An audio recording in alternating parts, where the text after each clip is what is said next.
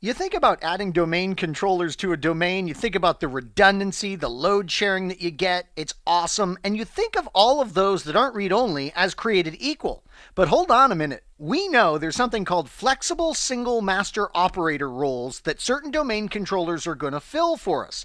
In this nugget, you and I will master these FSMO roles, as we like to call them, and we'll even see in a hands-on lab how you can seize control of one of these functionalities from one domain controller to another. So as we seize the day, we shall seize a FSMO role. Ding, ding, ding, ding. In this corner, weighing in at 225 pounds, it's the Schema Master. Okay, that's the last time I'll do that for a FSMO role. But anyways, here is the Schema Master. Now, what is the scope of the Schema Master? There's going to be one of these inside your entire forest.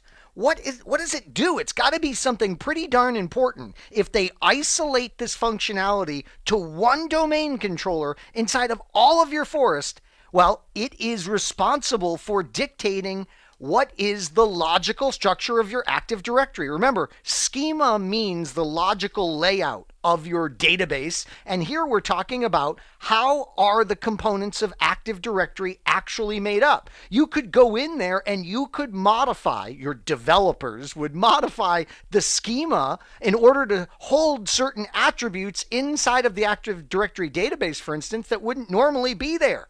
This is a big deal, manipulating the layout, the blueprint of your Active Directory infrastructure, and that's why there can be only one Schema Master for your forest. Now, what would happen if this thing were to go offline? Well, really, shouldn't be a big deal, should it? I mean, how often are you going to have developers tinkering with your Active Directory schema? I sure would hope that would be a rare event. Now, how would you seize control of the Schema Master from some domain controller that already has that functionality? Let's go take a look at that in our hands-on lab. If you haven't already done so, if it's a convenient time for you, launch that hands-on lab that goes with this nugget so you can follow along with me. Inside that hands-on lab, let's get logged in to DCNUG2. We created DCNUG1 first, and of course, because it's the root device in the first domain, the root domain of your forest, guess what? It's going to have all 5 of the FSMO roles. Sure, it got them by default. These roles must exist. You only have one domain controller, so the very first domain controller you install in your forest is going to have all of those roles. You can leave it that way, but administrators really do like to separate these FSMO roles. And why do they do that? Well, for the fault tolerance of it. We already said we could survive with the Schema Master being down for a bit, but if we do move them to different domain controllers, we don't lose all of them at the same time when we lose one of our domain controllers. Now, while we could certainly bump these roles from one device to another using something like PowerShell, certainly we can do it in the graphical user interface, and that's going to be our focus as well as your exam's focus. For the Schema Master, it's kind of interesting because Microsoft doesn't give you the Active Directory schema snap-in anywhere by default, so we're going to add that snap-in right now. So I'm going to do a command here to launch a command prompt. We have to register a DLL in order to use this schema snap-in. So you're going to bring up an elevated command prompt, and what I want you to do is type at this command prompt reg and then svr32, and then we're going to register the particular DLL of SCHM for schema and then MGMT for management .dll. Once we do this, we'll see this little regserve32 window. We just say OK to that. We close up our command prompt, and now we're ready to go down and launch the MMC. So you'll do mmc.exe to run a empty Microsoft Management Console. And then in this console, you're going to go to the File menu, and you're going to add remove snap-in, and you're going to add the Active Directory schema item. So we add this snap-in so that we can manipulate the Active Directory schema. All right, so we are going to go to our schema here, and notice this. This is interesting now. We're looking at the schema for DCNUG1. We're on DCNUG2, but we're seeing the schema as possessed by DC nug1. So the first thing that I would do is I would right click this and I would say change Active Directory domain controller.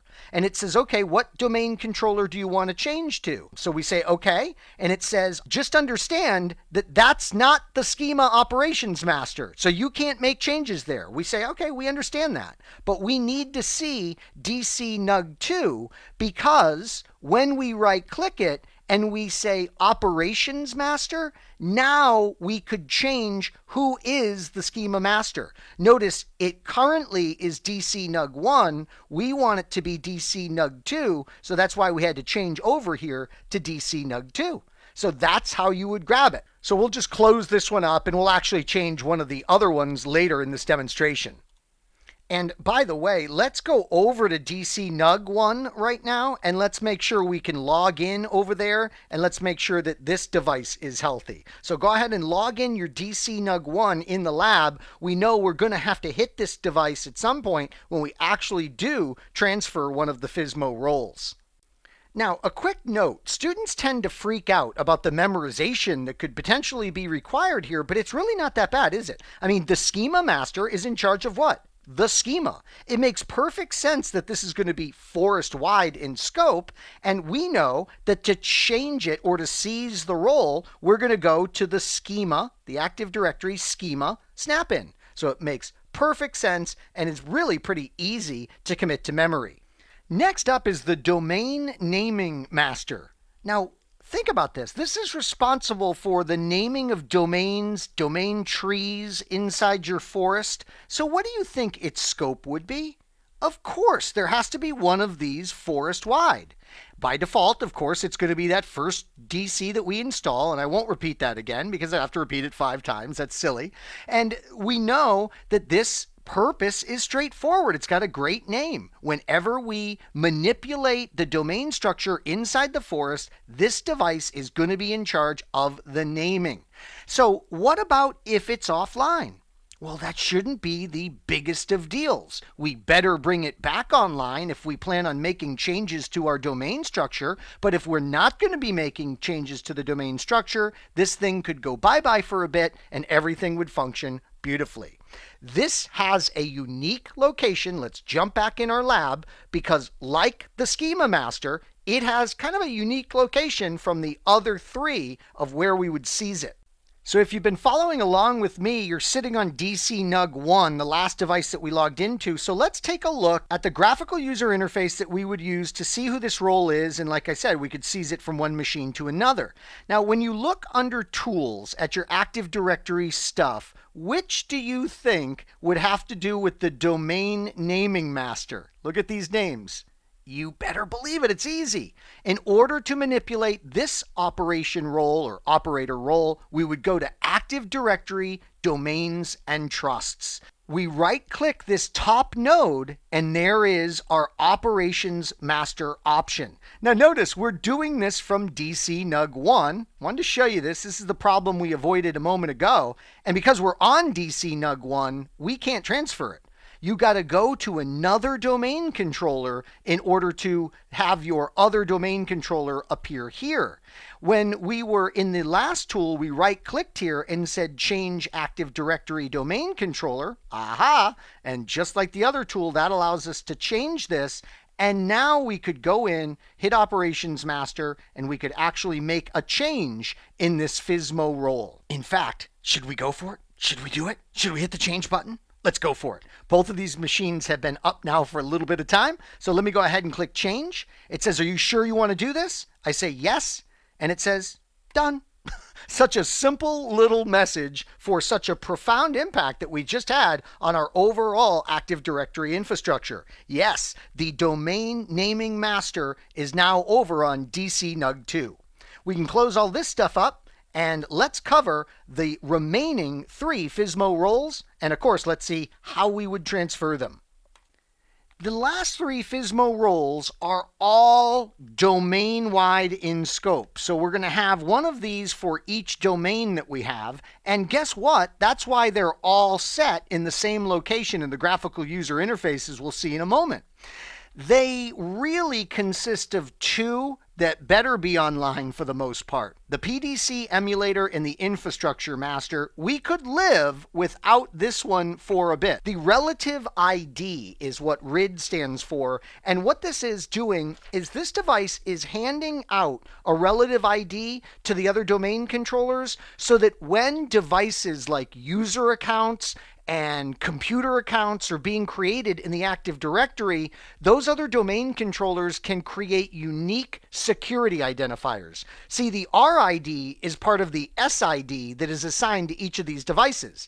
These RID is like a prefix to ensure uniqueness. It hands them out in like globs of 500 at a time, so you could lose this device for a bit on your network and it wouldn't be the end of the world. After you create a whole bunch of objects, then you're going to have problems. Now, the PDC emulator, we better keep this online. It has so many incredible functions. It maintains backwards compatibility with old school domain controllers.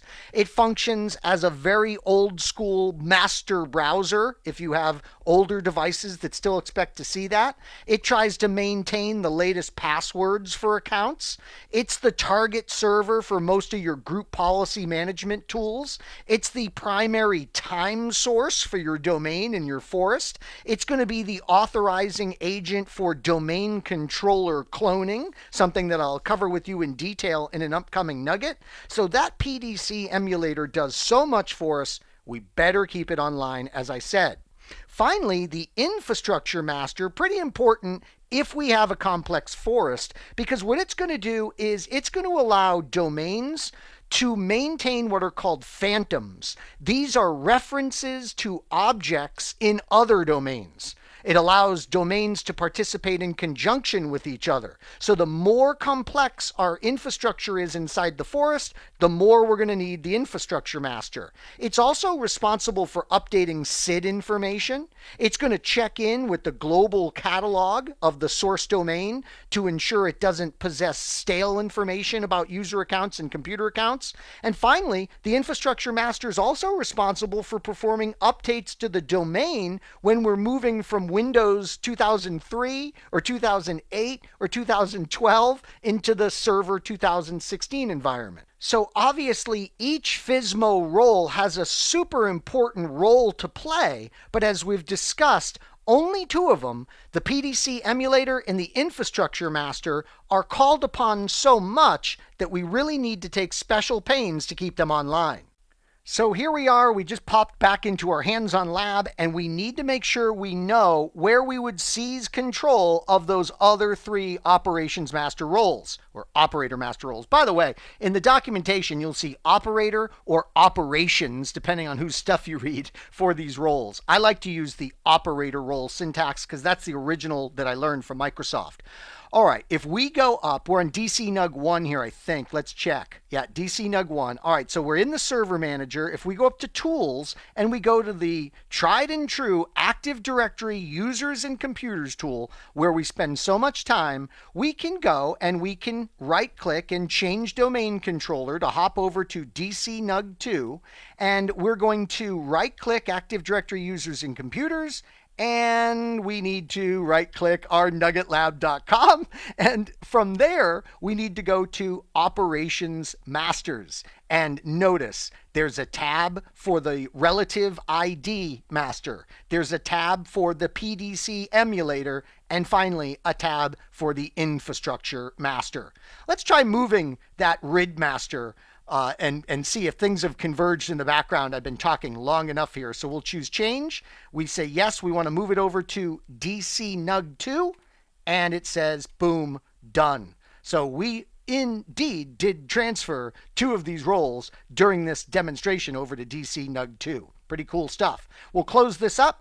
And I hope you have, at this point, a new appreciation for these 5 very special roles and how we manipulate them inside the graphical user interface. Now, before we leave the lab together, I have a little bit of a confession to make. Due to experiences in the 1970s, I have a tough time remembering, even right now, which roles we transferred over to DC NUG 2. So there's got to be an easy way for us to conveniently check where these FSMO roles exist inside of our infrastructure, and thank goodness there is. Let's go down and launch a command prompt. And from the command prompt, what we're going to do is type net dom/query and then FSMO.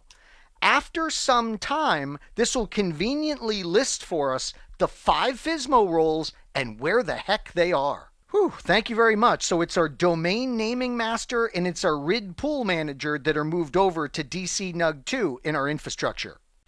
In this nugget, you and I took a look at the 2 forest-wide master operators, the schema master and the domain naming master. We also took a look at the PDC emulator, the RID master, and the infrastructure master, which are on a domain-wide basis. Of course, we experimented inside of the hands-on lab on seizing these roles. I hope you found this nugget informative, and I'd like to thank you for viewing.